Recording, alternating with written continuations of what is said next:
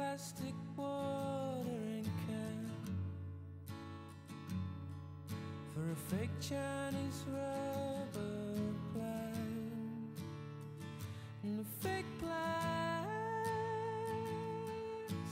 girl.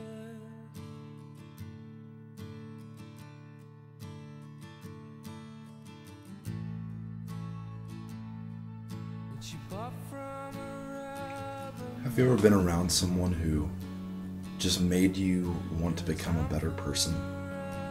It doesn't take long to realize that there's just something fundamentally different about that person. They're warm, receiving, humble, gracious, patient, and the list goes on and on. I'm blessed to know all kinds of people who are like this, and it would be intimidating to be around them except for the fact that they're gracious, patient, and forgiving.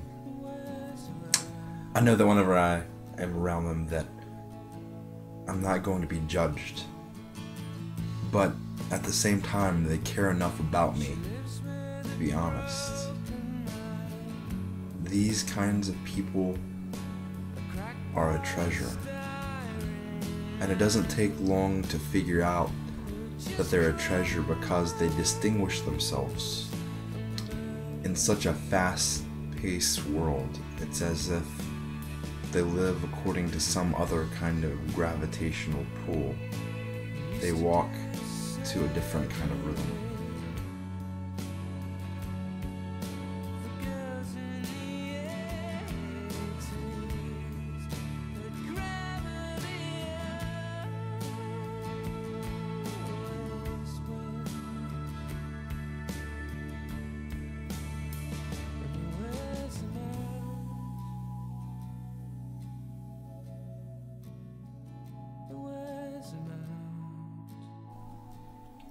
There's a systemic reason that these people we so admire seemingly have it all together. They're able for things to fall apart. They're able for things to not always be okay and to not always be in control. And yet at the same time, the backdrop that is being painted behind their story is not a tragedy, but a story of hope and beauty. And I've ministered to people whenever it seemed like their whole world was collapsing, and yet their response was still a response of hope and servitude towards others. And just to be there was so humbling, and it made me wonder how I was helping by being there, and how I would respond if I were put in their shoes. Would I allow myself to be pulled away into my own suffering and my own circumstances, to not be able to see the suffering and circumstances of others? Or would I be able to understand that the whole world is hurting? Would I be able to be poured out for others? And in no way am I suggesting that we never become vulnerable, and I'm not trying to minimize our grief and our circumstances in life, because some of the things that we have to go through sometimes, death and sickness and broken relationships, those things just kill us internally. But at the same time, when we find ourselves in those situations, we have to begin to make a choice on how we're going to respond. Are we going to be pulled, or are we going to be poured?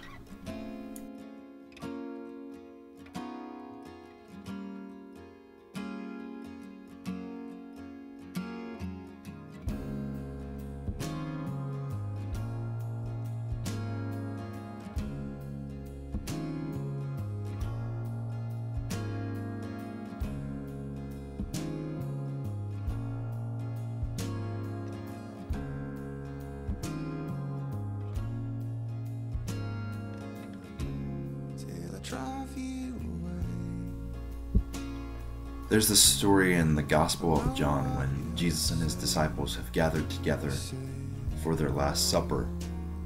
Jesus is much more aware of what is getting ready to happen than his disciples. He knows that in just a few short hours, he's going to be taken into custody, tried, and executed. But these are his last few hours with his disciples, the ones who deny him and betray him.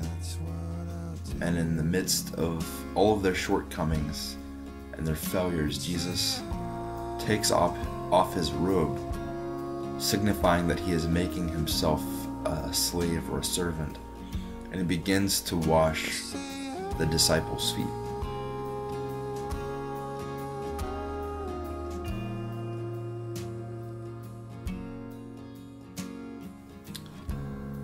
In his last few hours, Jesus washes his disciples' feet, which was actually the task of a slave. And then he tells them to do the same kind of extraordinary acts of love and service, because this is how people are to know that they're Jesus' disciples. They'll be characterized by their love. They won't be known as Jesus' disciples based upon their knowledge or cognitive skills, or their ability to reason or convince other people of who Jesus is, but by their love. And in Philippians chapter 2, verses 14 through 18, our text, Paul begins by saying, "Don't complain about anything." Why? So that you'll prove yourselves to be blameless and innocent, children of God, appearing as lights in the world. And this seems like such a strange place to begin. Don't complain, and by doing this, people will be able to distinguish you as a light in a crooked generation. It almost makes you wonder, okay, Paul, where's this coming from? Where are you going with this? It just seems so arbitrary. But complaining is this built-in mechanism for when things don't go our way. It's natural, and as much as we hate to face the truth, complaining reveals our truest colors. It exposes our priorities and our attitude. It demonstrates to everyone around us how we see the world. When we complain, we're saying that something in my world has gone wrong. I think Paul uses this as a springboard because it's the symptom of a much bigger problem. You see, complaining is the manifestation of when we allow ourselves to get pulled into the mainstream and stop moving to that strange rhythm that moves to a different gravitational pull.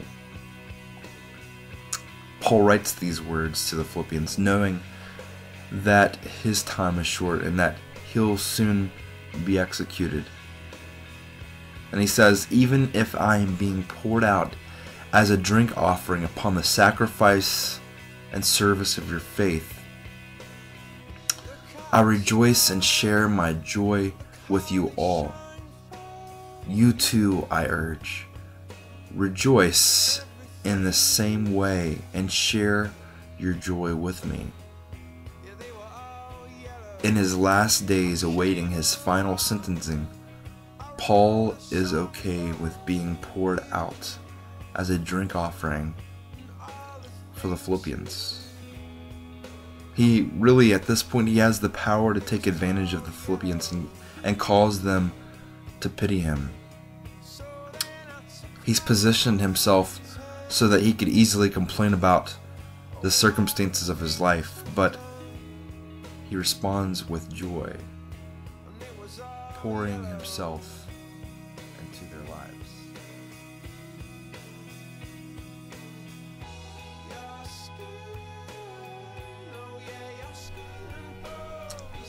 In no way am I suggesting that this is going to be easy. In fact, living this way, the way of Jesus, the way that Paul is living, that is going to be the most difficult thing that we could ever do in our lives.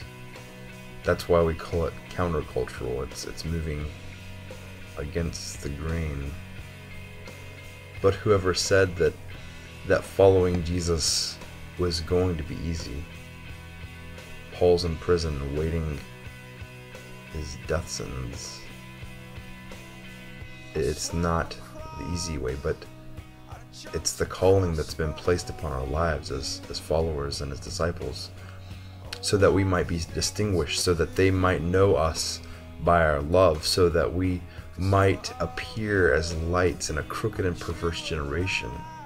And so this has to become our prayer, that we might be seen as those who move to a different rhythm and who are pulled by a different gravitational force, that were poured out as a sacrifice upon the faith and lives of others.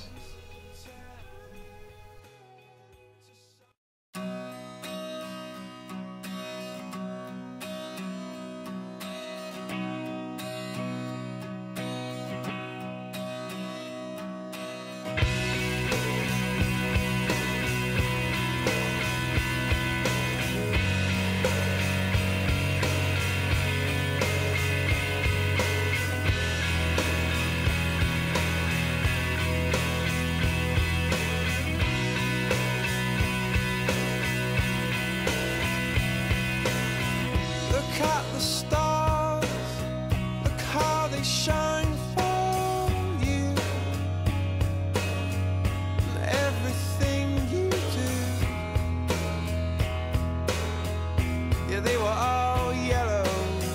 I came along, I wrote a song for you, and all the things you do. And it was called Yellow.